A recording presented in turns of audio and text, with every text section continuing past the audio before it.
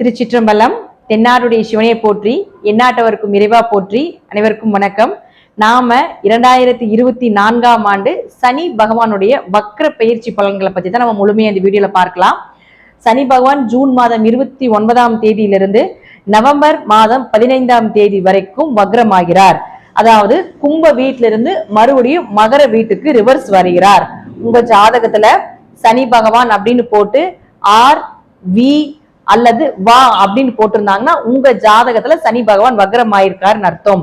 உங்க ஜாதகத்துல சனி வக்ரமா இருந்தா நிச்சயமாக இது ஒரு யோக காலங்களாக இருக்கும். சனி வக்ரம் இல்லைன்னா ஓரளவுக்கு கவனமா இருங்க அப்படிங்கறதையும் தெரிஞ்சுக்கோங்க.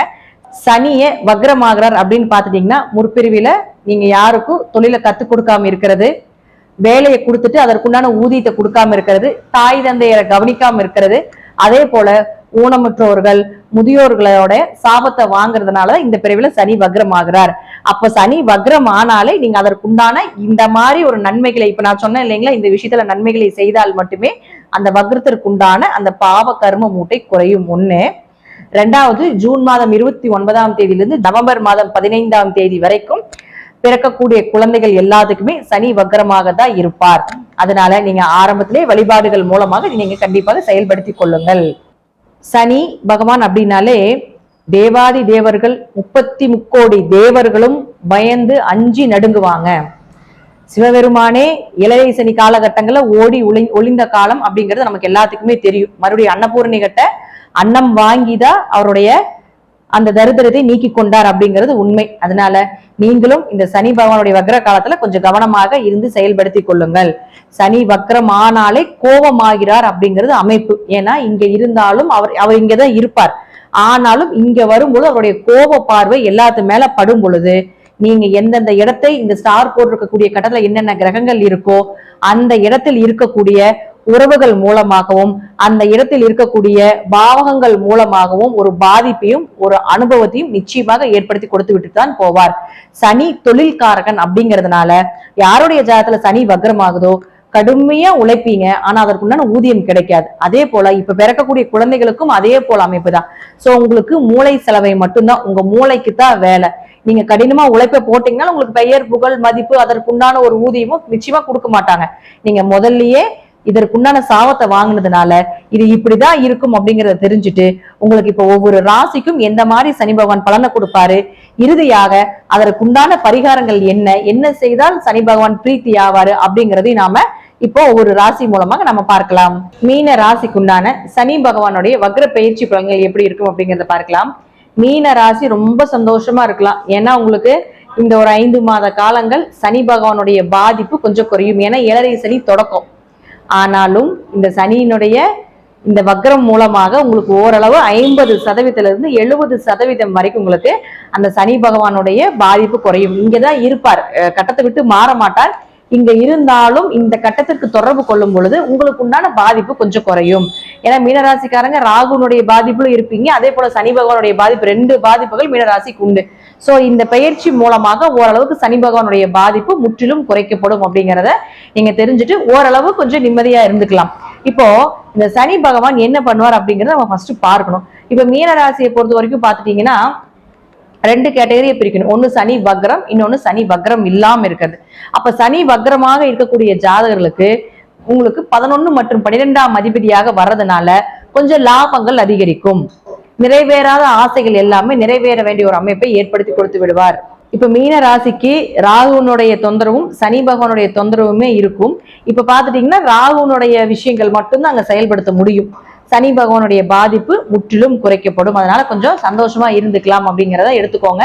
இந்த காலகட்டங்கள்ல புதிய முயற்சிகள், நீங்க செய்யக்கூடிய விஷயங்கள் ஜெயமாகிறது, எந்த விஷயம் பண்ணினீங்களும் உங்களுக்கு பெயர் புகழ் கிடைப்பது, இதற்குண்டான வாய்ப்புகள் ஏற்படுத்தி கொடுப்பாரு.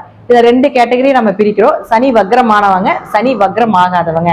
அப்போ உங்க ஜாதகத்துல சனி வக்ரமா இருக்கான்னு பாருங்க.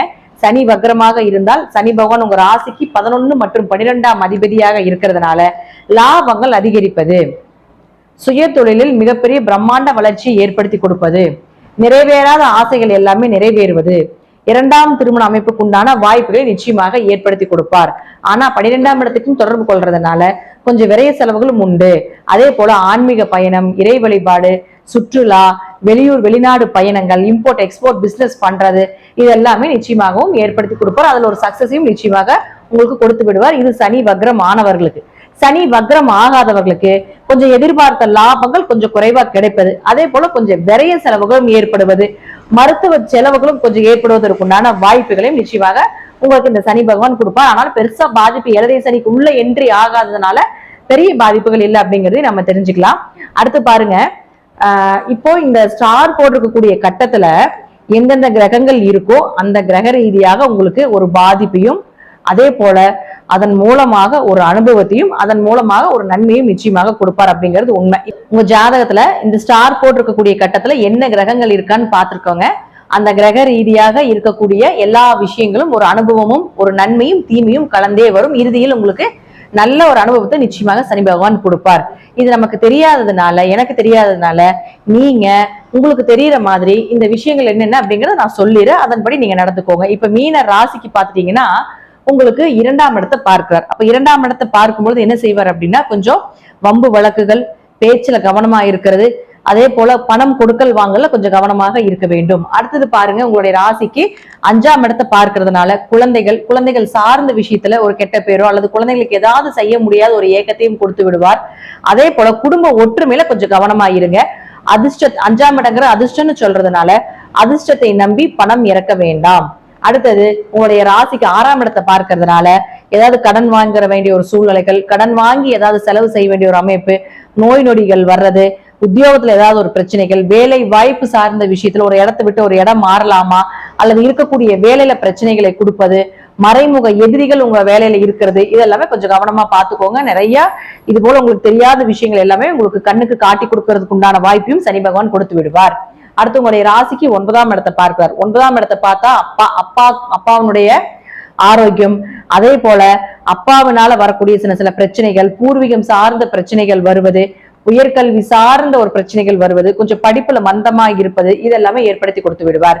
அடுத்து பாருங்க, நான் முதல்ல சொல்லிட்டு 11-12 தொடர்பு, அதே போல ராசிக்கு தொடர்பு இருக்கிறதுனால கொஞ்சம் முன்ன பின்ன ஏற்ற இறக்கங்கள் இருக்கும். அப்ப யாருக்கு நன்மையை கொடுக்கும் அப்படின்னா, சனி பகவான் வக்ரமா இருக்கக்கூடிய ஜாதகருக்கு ஓரளவுக்கு நன்மையை கொடுக்கக்கூடிய ஒரு பீரியடா இருக்கும். இப்போ உங்க ஜாதகத்துல தசாபுத்தி, அதே போல இந்த கட்டத்துல இருக்கக்கூடிய கிரகங்கள், அடுத்தது சனி பகவான் எங்க இருக்கிறார் அப்படிங்கிறத பார்த்து நான் சொல்லக்கூடிய கருத்துக்கள் சிறிது மாறுபடும். இப்ப என்னென்ன வழிபாடுகள் பண்ணலாம் அப்படிங்கறதையும் நம்ம பார்க்கலாம்.